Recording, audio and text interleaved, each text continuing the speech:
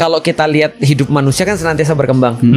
Semakin berkembangnya manusia, ada yang bagian daripada keyakinan tuh yang relevan, ada bagian keyakinan yang tidak relevan.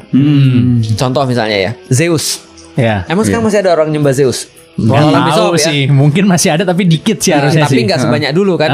Kenapa? Karena banyak fenomena-fenomena yang dulu hanya bisa dijelaskan dengan Zeus, sekarang nggak bisa. Oh iya.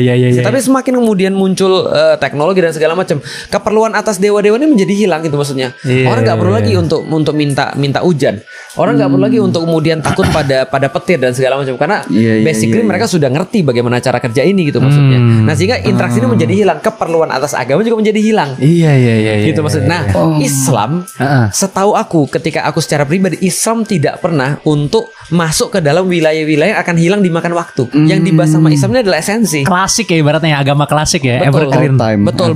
Bukan hanya ketika kita tidak ada hujan kita minta hujan pada Allah, bukan hanya itu, tapi bagaimana menghadapi istri yang lagi marah. Bagaimana kemudian ketika kita mendapatkan musibah. Jadi sikap mental terhadap setiap soal-soal yang datang di dalam hidup, ujian-ujian itu answernya adalah Islam. Maka Islam akan bertahan sangat lama. Ini yang pertama. Yang kedua, Islam itu agama yang bisa mengubah dalam waktu cepat, masif dan permanen. Makanya kan kalau orang bilang keajaiban Al-Quran susah tuh untuk dapat karena bahasa Arab tuh susah dipelajari.